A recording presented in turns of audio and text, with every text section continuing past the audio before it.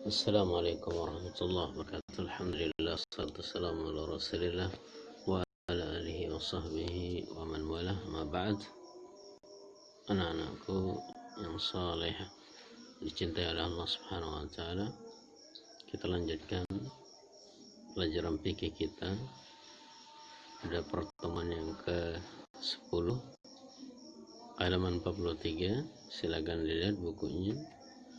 Berkata Syekh Abdul Rahman Sa'di rahimahullah ta'ala, faslun fil masyi al khuffain wal jabirah.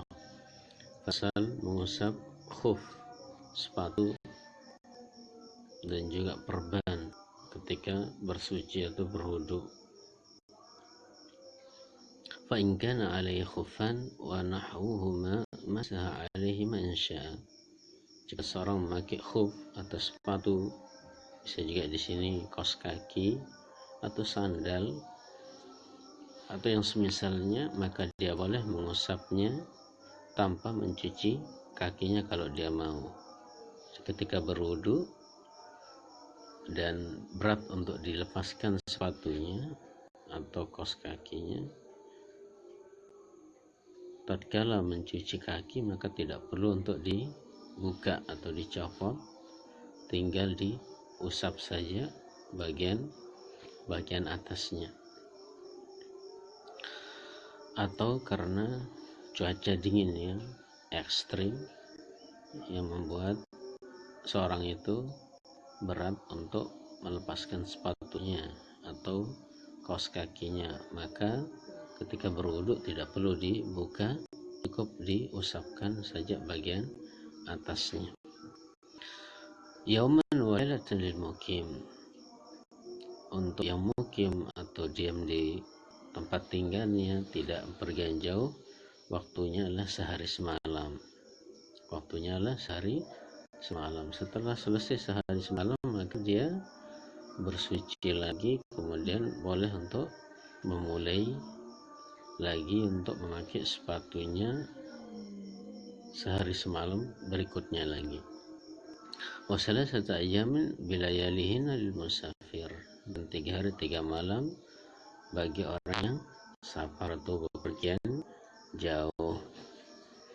Pertama, orang-orang yang memang dia tugasnya ini di luar dan sulit untuk membuka sepatu, maka diperbolehkan untuk mengusapnya, tidak perlu untuk dibuka ketika berwudu di saat mencuci kaki tersebut.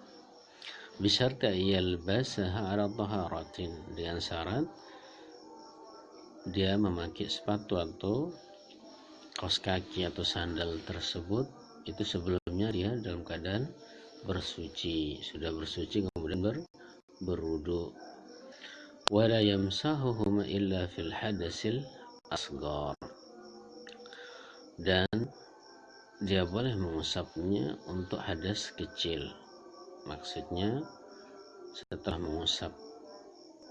setelah memakai sepatu atau sandal kemudian dia tertimpa hadas kecil seperti kencing atau mungkin buang air besar, kentut, maka tidak masalah untuk diusap, tidak perlu dibuka, kecuali kalau hadas besar yaitu junub, bermimpi basah, maka di sini dia harus melepasnya dan memulai lagi ini untuk memakai dengan hitungan baru. An Anas marfu'an idza tawadda ahadukum wa labisa khuffaihi falyamsah alaihima. Dari Anas secara marfu sampai kepada Nabi sallallahu alaihi wasallam, Nabi SAW bersabda, jika salah seorang kalian berwudu dan memakai sepatu, maka usaplah sepatu itu, wal yusalli fihima, dan salatlah dengan menggunakan sepatu tersebut atau boleh juga kaos kaki tersebut, wala yakhla'huma in syaa, dan boleh dia tidak melepasnya kalau dia mau, illa min janabah, kecuali kalau dia junub, mimpi basah atau berhubungan suami istri, maka di sini harus dilepas dan bersuci terlebih dahulu mandi. فإن كان على أعضاء وضوئه جبيرة على كسر, jika di bagian tubuhnya, di anggota tubuhnya itu ada perban karena patah tulang, atau dawa'un ala jurhin, atau ada obat yang menutupi luka, yadurrul ghuslu, dan membahayakan kalau dicuci atau kena air, masahu bil ma' fil hadasil akbar wal asghar, maka boleh dia mengusapnya dengan air ketika bersuci untuk menghilangkan hadas besar maupun hadas kecil sampai dia sembuh. Artinya kalau ada perban di anggota tubuh seseorang, ada perban atau bekas luka yang ada obatnya dan tidak bisa tersentuh air, berbahaya kalau tersentuh air, maka nanti ketika dia berwudu maka cukup melewatkan saja ini di atas luka tersebut, yang dilewatkan gitu, diusap begitu dengan tangan yang basahi air, yang dibasahi air, diusap begitu. Dan ini berlaku untuk hadas kecil maupun hadas besar.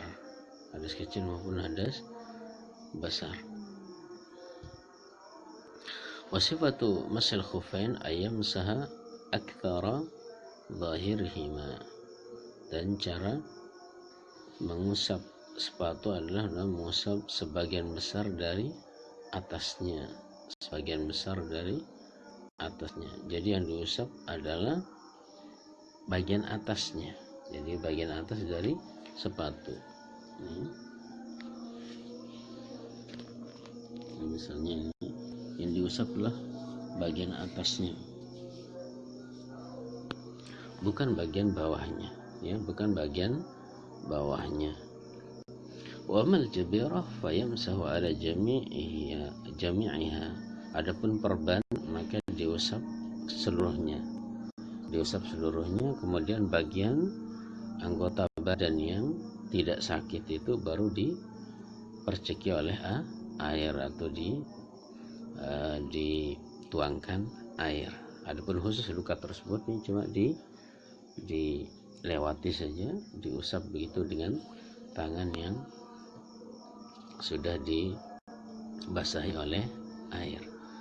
Jadi itu fikih mengusap sepatu, sandal, bisa juga di sini kaos kaki ketika berwudu. Jika memang berat untuk melepaskannya atau ada halangan, maka cukup ini diusap bagian atas sepatu tersebut, tidak perlu untuk dicopot. Demikian juga luka, ini cukup diusap saja, tidak perlu dituangkan air ketika mandi ataupun ketika berwudu. Wallahu ta'ala alam bissawab. Wa sallallahu ala nabiyina Muhammad wa ala alihi wasallam. Wa akhiru da'wana alhamdulillah rabbil alamin. Assalamualaikum warahmatullahi wabarakatuh.